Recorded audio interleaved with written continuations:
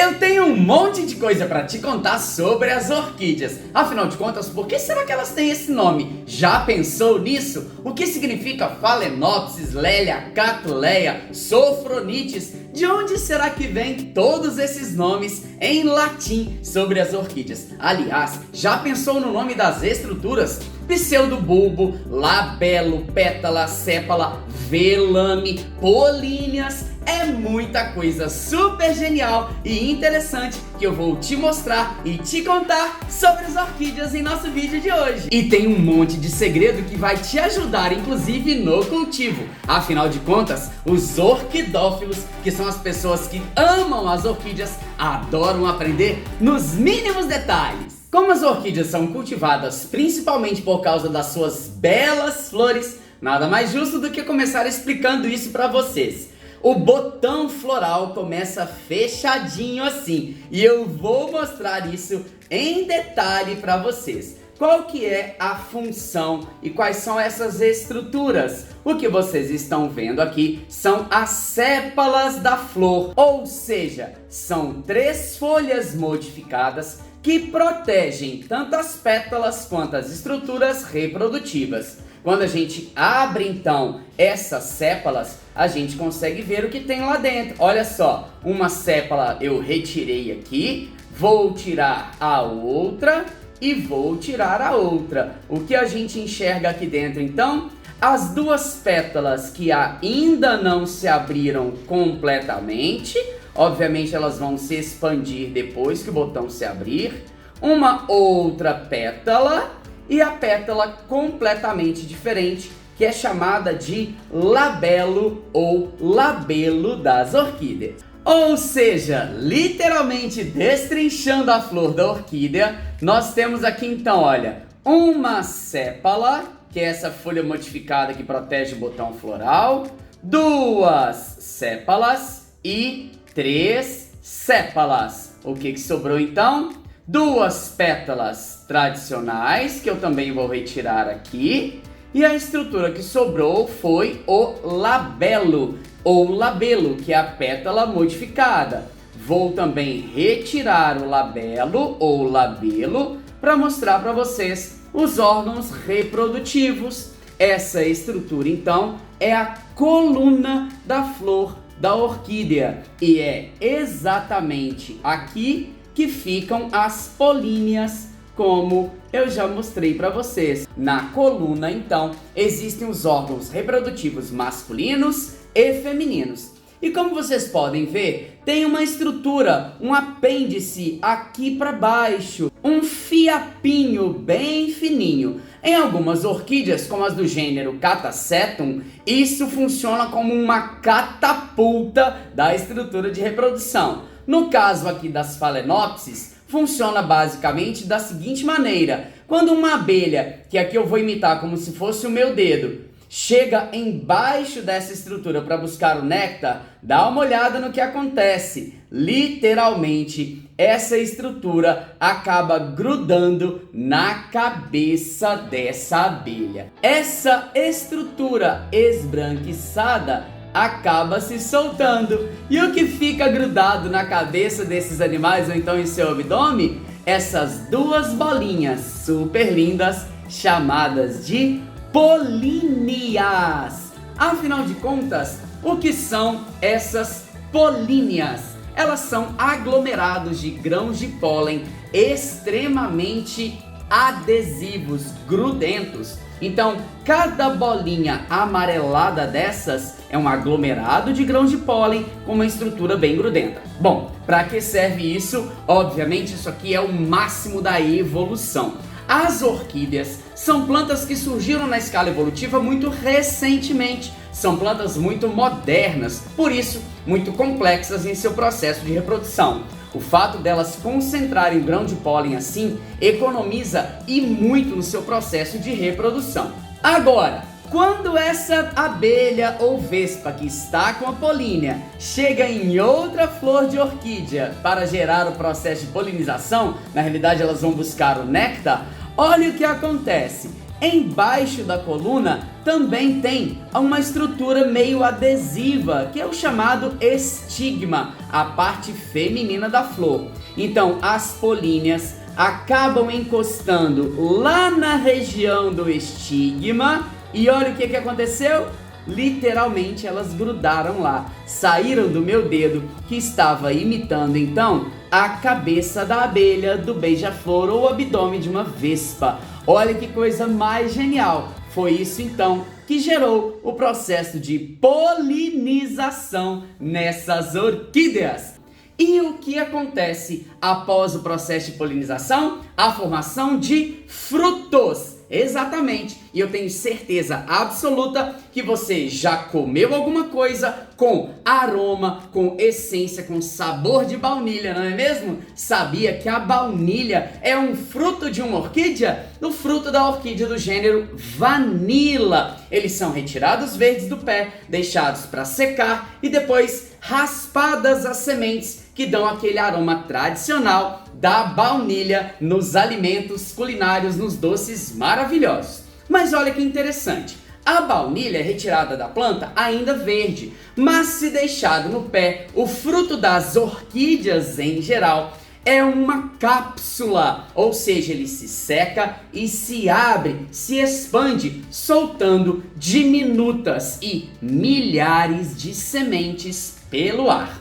Mas tem um detalhe muito interessante para a gente falar, um detalhe importantíssimo sobre as sementes de orquídeas. Muita gente fica querendo germiná-las em casa, gerar um monte de filhotinhos de orquídeas. Só que tem um problema, isso é quase impossível. Sabe por quê? Na natureza, para as orquídeas germinarem, para suas sementes germinarem, elas precisam de um fungo. Eu sei, você sempre pensa em fungos como causadores de doenças e problemas, não é mesmo? Mas esses fungos são essenciais para fornecer nutrientes e água para o embrião que está dentro da semente da orquídea conseguir germinar. E na nossa casa a gente não tem esse fungo. Como é que conseguem fazer isso em laboratório então? Fornecendo tudo que o fungo fornece para a semente de orquídea, só que através de meios de cultivo, que a gente consegue fazer isso então em larga escala em laboratórios. Na sua casa, realmente é bem complicado de conseguir. Ou seja, o melhor jeito de fazer uma muda de orquídea realmente é separando as touceiras, ou então pegando pequenas brotações que ocorrem nas hastes florais, que são os cakees ou cakees.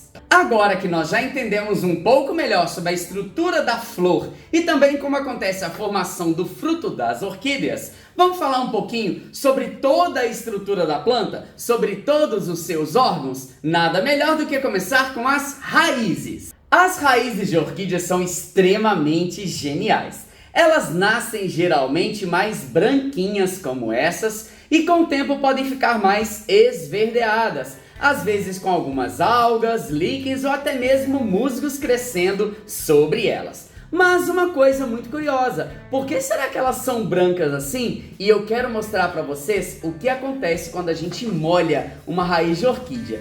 Vou cortar um pedacinho de uma aqui para a gente ver isso bem de perto. Olha que coisa mais impressionante. Quando a gente analisa uma raiz de orquídea bem branquinha como essa, mas se eu começar a molhá-la e eu vou borrifá-la aqui com um pouquinho de água, dá uma olhadinha no que acontece imediatamente. Vocês estão vendo isso em tempo real. Olha como essa raiz vai ficando bem verdinha. Olha que coisa impressionante! Não é chocante ver uma coisa dessas? Sabe por que essa raiz ficou verde desse jeito? Porque o que gerava aquela coloração esbranquiçada é um tecido chamado de velame.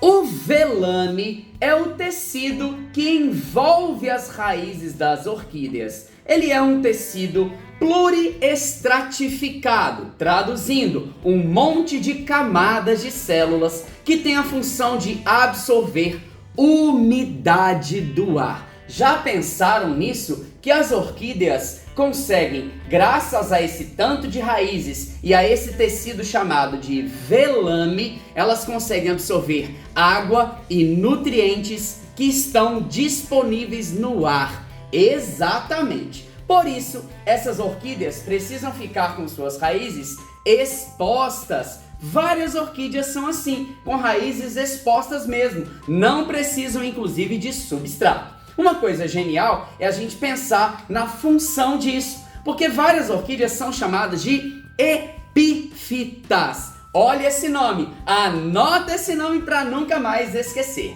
Epi vem do grego e significa sobre. Fita vem do grego também e significa planta. Então uma orquídea epífita é aquela que vive sobre outras plantas. Mas Samuel, essas orquídeas que vivem sobre outras plantas são parasitas? Elas prejudicam essas plantas? De forma alguma. Basicamente, elas utilizam as plantas como uma moradia. Elas são chamadas de inquilinas. Exatamente. Você já deve ter ouvido falar que essa relação ecológica de epifitismo é um tipo de inquilinismo, em que o organismo só usa o outro como moradia. Mas por que será que nós enxergamos? Depois que eu molhei o velame, a gente enxergou verde lá dentro da raiz da orquídea. Eu vou cortar mais um pedacinho, que não sofram pessoas. Eu vou cortar mais um pedacinho para a gente entender isso melhor. Quando a gente vê então essa raiz de orquídea bem branquinha, se eu corto essa raiz, e eu vou cortar aqui ó, diante dos olhos de vocês, quando a gente olha por dentro, olha a cor que a gente enxerga, verde, bem destacado mesmo. Ou seja, é isso mesmo que você acabou de pensar. Raízes de orquídea também fazem fotossíntese. Exatamente por isso que várias orquídeas são vendidas, disponibilizadas em vasos plásticos. Sabe por quê? Para suas raízes conseguirem receber luminosidade e também fazerem o processo de fotossíntese, que é o processo a partir do qual as plantas conseguem produzir seu próprio alimento. Uma dica interessante para quando a orquídea está assim em um vaso de plástico. Quando suas raízes estiverem esverdeadas, é sinal de que já tem umidade suficiente. Quando ficarem branquinhas, estará de novo na hora de molhá-las. Um outro detalhe interessante, nem todas as orquídeas são epífitas. Algumas vivem, por exemplo, sobre rochas, daí elas recebem uma designação de orquídeas rupícolas ou rupestres. Sim, exatamente. Orquídeas que vivem nos campos rupestres ou campos ferruginosos são orquídeas rupícolas, por isso precisam de muito sol para o seu desenvolvimento. Além das orquídeas epífitas e rupícolas, existem também aquelas que são terrestres, como as famosas ludísia, a famosíssima orquídea pipoca, por exemplo. Além das sarcoglotes, aquelas orquídeas que precisam de um ambiente que simula o chão de uma floresta, aquele solo super fértil e fibroso, cheio de casquinha de árvore e folhas mortas das outras plantas. Uma outra estrutura muito tradicional nas orquídeas é o seu caule do tipo pseudobulbo. Precisamos entender essa palavra. Do grego, pseudo significa falso. Mas como assim, Samuel? É um falso bulbo? Para explicar por que essa estrutura das orquídeas é um bulbo falso, eu preciso primeiro explicar para vocês o que é um bulbo do ponto de vista botânico. Para falar para vocês o que é um bulbo, eu vou utilizar um bulbo de verdade, que é uma cebola, por exemplo. Eu poderia pegar um bulbo de tulipa, tem várias plantas que têm essa estrutura daqui. Bom, o que vocês veem numa cebola, essa região sempre tem pequenas raizinhas, não é mesmo? E aqui para cima, umas coisas que a gente consegue, inclusive, destacar. A gente consegue soltar isso. Será que vocês conseguiriam chutar o que é isso que eu estou descascando então na cebola? Exatamente, folhas. Então, pasmem, eu vou cortar a cebola para a gente vê-la por dentro. Olha que coisa mais impressionante. Basicamente, o que a gente tem em uma estrutura de bulbo: um caule, que é essa parte durinha da cebola. Sim, você tem que cortar isso, porque para cozinhar não adianta, fica duro demais, não é mesmo? O caule, que é do tipo prato, produz raízes para baixo e, choquem-se, folhas para cima. Então, tudo que a gente come da cebola, na realidade, são folhas. Exatamente. Então, um bulbo é uma estrutura composta por caule e folhas de armazenamento. Essas folhas chamadas de catáfilos aqui na cebola. Então, Samuel, por que no final das contas isto não é um bulbo? Eu mostro para vocês. Vou cortar aqui um pseudobulbo para a gente ter a noção dessa diferença. Essa estrutura é apenas um caule, mas ele lembra bastante o aspecto de um bulbo. Mas quando a gente corta um pseudobulbo de orquídea, a gente vai ver que não existem folhas ao redor. É uma estrutura única, é uma estrutura exclusivamente caulinar. Não tem folhas aqui em volta disso tudo. Apenas algumas folhinhas que se soltam ao redor desse caule, não gerando então a estrutura de um bulbo verdadeiro. Daí o nome pseudobulbo, ou seja, um falso bulbo. Uma outra estrutura que também é caule nas orquídeas, sim, é uma estrutura caulinar, é a sua haste floral, que tecnicamente na botânica nós chamamos de escapofloral. Você já deve ter observado que nem todas as orquídeas têm pseudobulbo, como por exemplo as próprias Phalaenopsis. Essa estrutura não é aquela estrutura gordinha que tem na maioria das orquídeas. Bom, mas ela produz esse caule que é a sua haste floral. E você já deve ter ouvido falar por aí, ou até viu mesmo alguns vídeos, das pessoas usando essa estrutura para fazer mudinhas de orquídea. Sabia que é possível? E sabe por que é possível? Essa estrutura que vocês estão vendo aqui então, que é uma estrutura caulinar, o escapofloral, tem um nó aqui no meu dedão, tem outro nó aqui, outro nó aqui. E essa região intermediária é literalmente chamada de entrenó. O que existe em um nó de um caule? Um tecido chamado de meristema. O que é um meristema? É um tecido capaz de gerar outros tecidos vegetais. Então, o que é possível fazer? Primeiro que é possível, depois que a sua orquídea floresceu, que não é o caso aqui, porque essa orquídea ainda está inclusive com botões florais, mas depois do florescimento, você pode literalmente cortar essa haste floral, deixando 1, 2 ou até mesmo 3 nós. Mas vamos cortar aqui de forma inclinada no entrenó. Ficaram 2 nós. O que vai acontecer com essa planta então, deixada num ambiente com muita luminosidade? Os nós podem e geralmente vão brotar novos caules e novas flores. É assim que você consegue fazer a sua orquídea Phalaenopsis florescer novamente. Mas e o que você faz agora com esse escapo floral? Com esse caule que eu arranquei? Você joga ele fora? Ah, de jeito nenhum. Você pode utilizá-lo para fazer mudas. Cada nozinho pode brotar um novo caule. Na realidade, geralmente aqueles que não deram flores ainda, tá bom? Então você vai contar aqui, ó, por exemplo, aqui tinha uma flor, eu corto nesse entrenó e agora eu consigo fazer então o seguinte, cortar os entrenós dessa orquídea. Então aqui eu tenho uma muda e eu corto de novo aqui os entrenós. Olha só, eu tenho então 3 possibilidades de mudinhas de Phalaenopsis. O que você faz com isso? Coloque em musgo sphagnum e deixa muito úmido em uma mini estufinha. Pode acontecer então de brotarem raízes, caules e você vai ter novas mudinhas de Phalaenopsis. E agora nós vamos falar sobre as folhas das orquídeas.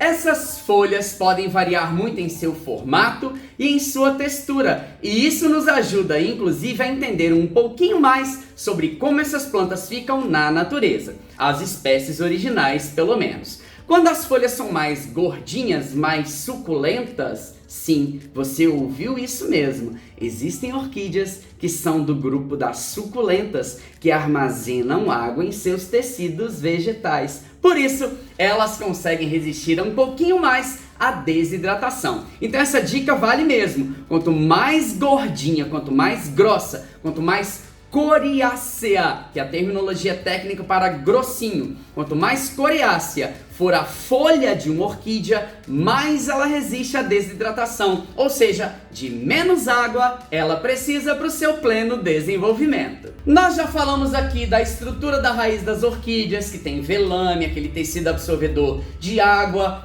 de umidade e nutrientes do ar. Já falamos que várias delas têm pseudobulbo, a haste floral, a estrutura da flor, as políneas, a flor que tem labelo. E sabe por que eu falei isso tudo para vocês? Porque é esse conjunto de características que define essa família de plantas como sendo a família Orchidaceae. E olha que genial! Você já pensou no porquê que a família das orquídeas recebe esse nome? Agora é a hora do Choque Master! Presta atenção nisso! Um pesquisador, um botânico, ao verificar plantas dessa família, olhou os pseudobulbos, que são essa estrutura caulinar, e viu que numa orquídea que ele estava observando, sempre tinha 2 pseudobulbos muito verdes e muito redondos. Ele olhou para aquilo e, com sua mente um pouquinho poluída, pensou: parecem 2 testículos. É isso mesmo que você entendeu. O nome orquídea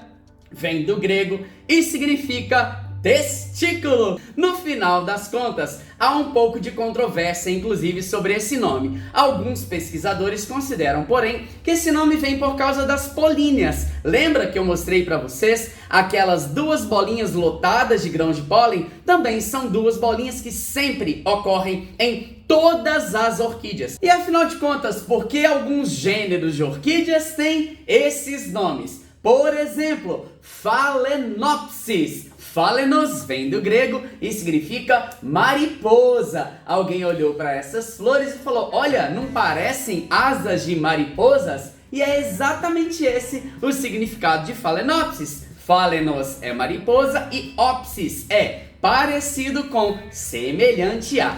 Outras orquídeas, por exemplo, têm um nome bem didático, como por exemplo os Dendrobium. Dendro é árvore, bio é vida, ou seja, são plantas que vivem sobre as árvores, referindo-se então ao seu hábito epífita. Uma outra curiosidade, o nome Cattleya é uma homenagem a William Cattell, ou seja, os nomes científicos das orquídeas sempre têm uma explicação. Aliás, os nomes científicos de todos os organismos vivos. E como utilizar essas informações que eu passei para vocês para cultivar com esplendor as suas orquídeas? Uma regra de ouro é que, como suas raízes possuem velame, elas não podem definitivamente ficarem encharcadas, muito menos compactadas com solos pesados, terra preta, terra vermelha, jamais. A maioria dos substratos para orquídeas são substratos mais leves,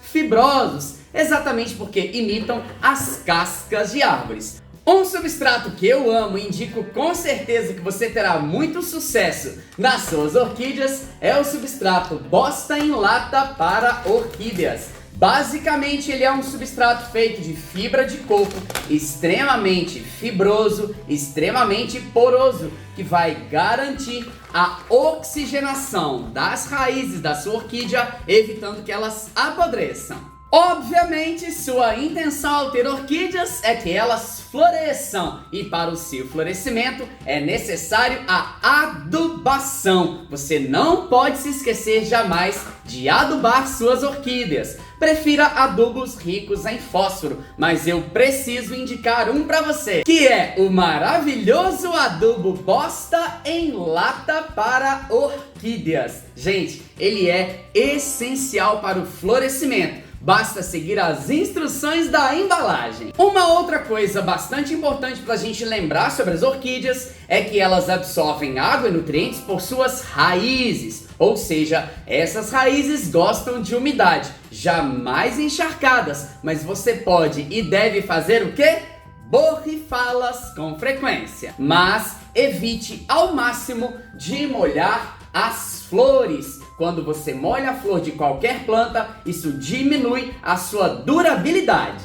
A maioria das orquídeas gosta de muita claridade sem sol forte, ou seja, são plantas de sombra, porém algumas dão conta daquele solzinho mais fraco da manhã ou então do finalzinho da tarde. Porém, existem orquídeas de sol pleno, como as famosíssimas Arundina, que são as orquídeas bambu. E, obviamente, aquelas que vivem na natureza sobre rochas. Essas dão conta daquele sol rachando mesmo. As orquídeas epífitas podem e devem ser cultivadas em galhos de árvores, em tocos de madeira. Elas vão realmente amar. Mas nada impede que você as cultive também em vaso. Prefira, obviamente, vasos de plástico transparente. Evite os vasos de barro, porque eles acabam desidratando muito as orquídeas. Mas não tem problema também, se você quiser cultivar assim, basta molhá-las um pouquinho a mais.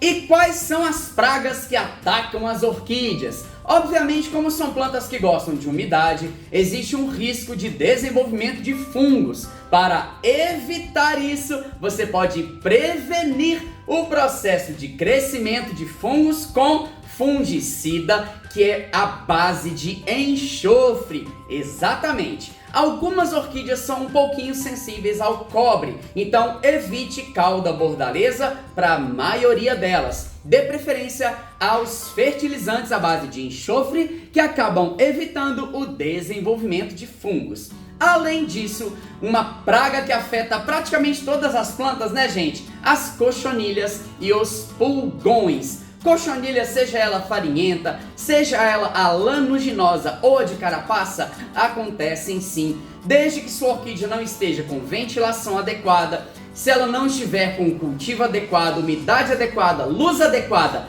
e sem adubação ou excesso de adubação, vai proliferar cochonilha. Atenção aos botões florais ou às novas brotações de caules e folhas. Quem ama isso? Os pulgões. Então dá uma observadinha, principalmente os pulgões amareladinhos. Eles adoram broto floral de orquídea. E como acabar com as cochonilhas e pulgões? Eu estou usando e recomendo muito para vocês o Siltac All Garden. Gente, isso é um inseticida extremamente genial. Ele acaba com as pragas, ele não agride o meio ambiente, ele não agride as plantas, não é tóxico para pets, não é tóxico para nós seres humanos, ou seja, simplesmente genial. Eficaz contra ácaro, contra pulgão, contra trips, mosca branca, formiga e cochonilha. Maravilhoso, indico muito para vocês. Basta aplicar sobre as regiões afetadas. Se perceber que tem mais alguma, 7 dias depois, você pode aplicar de novo. Agora eu preciso te contar um detalhe. Se sua orquídea tiver com manchas pretas gigantescas na folha, no pseudobulbo ou no caule, mesmo que não seja um pseudobulbo, o risco de ser bactéria ou vírus é gigantesca. E aí eu tenho que te contar um probleminha que acontece. Infelizmente, tratar bactérias e vírus em orquídeas é muito complicado. Recomendo, eu sei, é triste, descartar essa planta. Descarte, queime se possível, porque vírus e bactérias podem se espalhar por toda a sua coleção.